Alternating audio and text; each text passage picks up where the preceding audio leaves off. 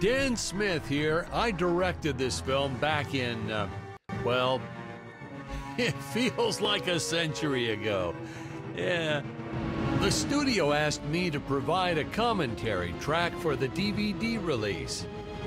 And wham! Straight into the action. No fluff or anything. That's what we did back then.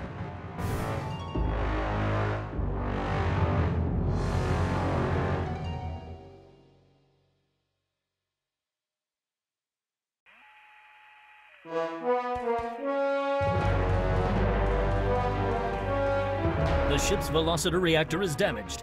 I believe that I am stranded on an alien planet. Played, of course, by actor Jonathan Digby.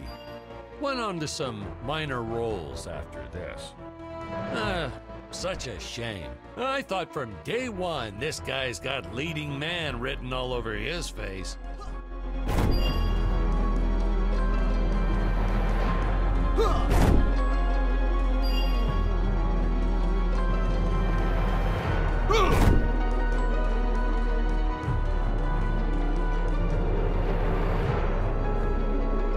Greetings, citizens of Gravoria. I am Dick Starspeed, and I come in peace. Probably shouldn't have had Dick draw his weapon when he was talking about peas. Well, maybe one day we'll go back and CG it into a sandwich or something instead. Ha! Just kidding.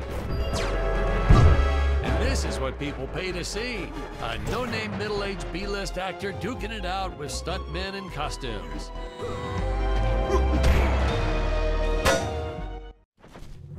Holy smokes!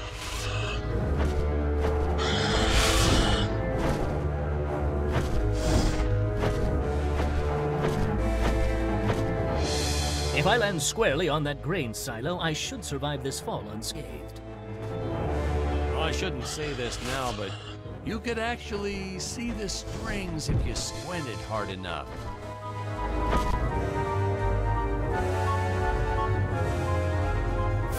A screenwriting trick from back in the old days. You put a grain silo or some haystacks down and it solves all your gravity-related problems.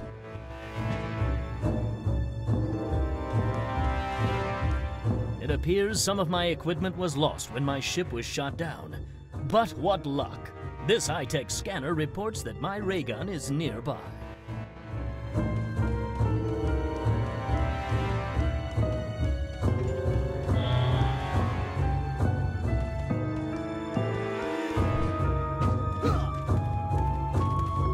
Oh, the dinosaurs! You just don't see quality stop motion like this anymore, do you? Someone actually sat there and moved them, frame by frame. Today, it'd be done with computers, but where's the artistry in that? Now, if the trees here look a little plastic, well, it's because they are. I took them from the set of my last film, Vampire Island 2. We got our fair share of nasty letters from scientists complaining about our portrayal of the dinosaurs. Was news to me. Apparently these stegosauruses weren't meat eaters. Must have preferred shellfish or something. Blah, how do they know? That's what I say.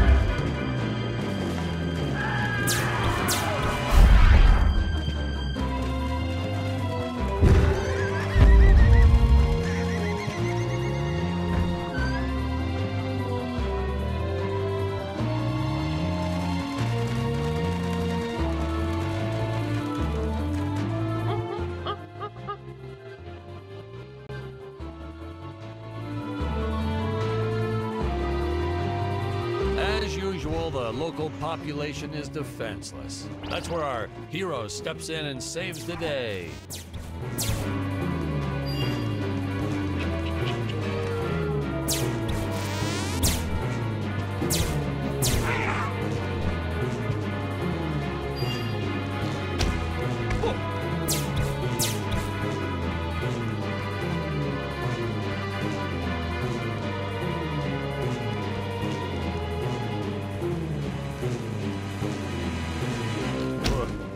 put Jonathan through a lot shooting this film. He wasn't the best actor, especially when reacting to getting hit. He's what you call a flincher. So I told the stuntman to really just go to town on him. It's the only way to get an honest performance sometimes. Our props master tried to make the weapons soft, but there's only so much you can do.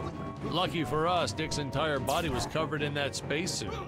That thing was a lifesaver when it came to hiding bruises.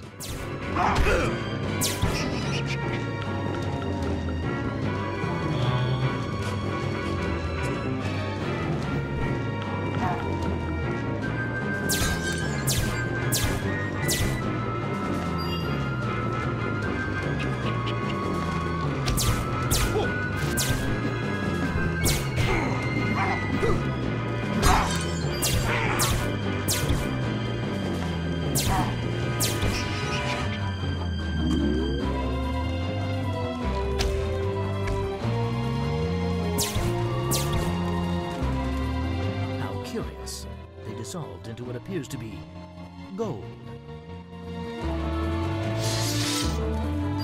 You'll notice the gold disappears when Dick touches it. We had a deleted scene that explained he's actually teleporting it back to his ship. It's funny, no one ever questioned how Dick was able to walk around with an infinite amount of gold on him.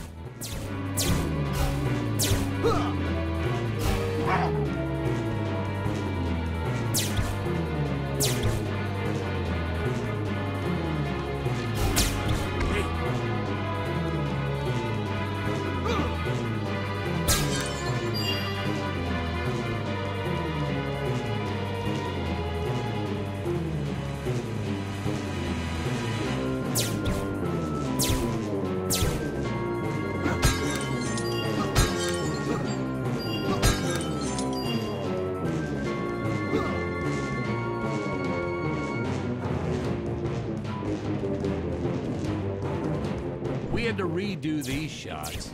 Our first attempt was kind of a disaster. We tried using real apes, thought it'd cut down on the costume budget a bit. But have you ever tried working with apes? They are the worst actors ever. They don't sit still for a moment, and the second you take your eyes off of them, they're flinging their feces all over the place. Jonathan refused to work with them after he got well, let's just say that he had to take more than a couple of showers one day. You know, you never forget the smell of monkey poo. We steam cleaned the studio top to bottom. Still never got rid of it entirely. All through the rest of the shot, we kept finding those little surprises hiding inside various props. Boy, were those the days.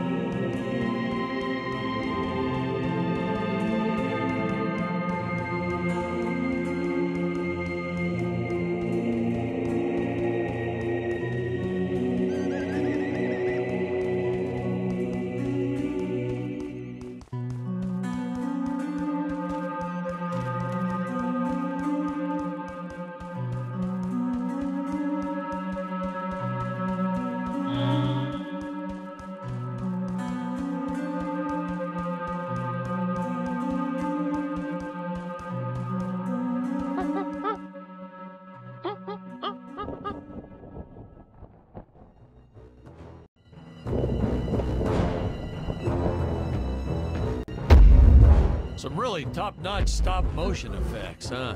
Unfortunately, we skimped on the Dick Starspeed puppet a little. The Earthman is not for you to eat, fiend! Oh, this was groundbreaking. We had the woman rescuing the man for once. We were really ahead of our time with this scene, but well, then again, I've always been rather progressive. The studio exec didn't seem to get why it was such a big deal, though. Sorry, we don't see this as anything unusual. Ha! Of course! It's unusual! A woman would never save the man. It just doesn't happen. Not in the movies, not in real life. I don't know why we didn't get more recognition for this scene.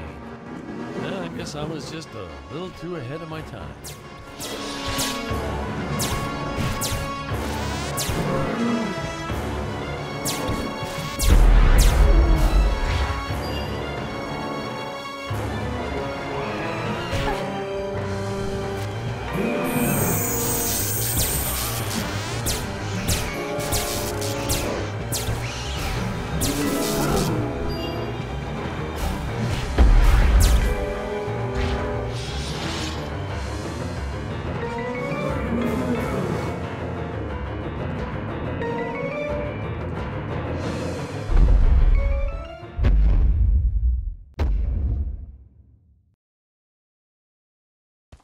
Thank you for saving me, strange woman. What is your name? I am the magnificent Scarlet Nova.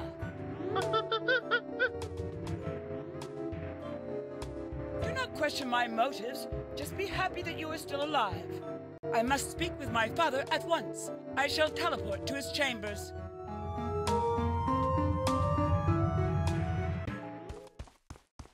So we'll be seeing our first example of teleportation being used by Scarlet right here.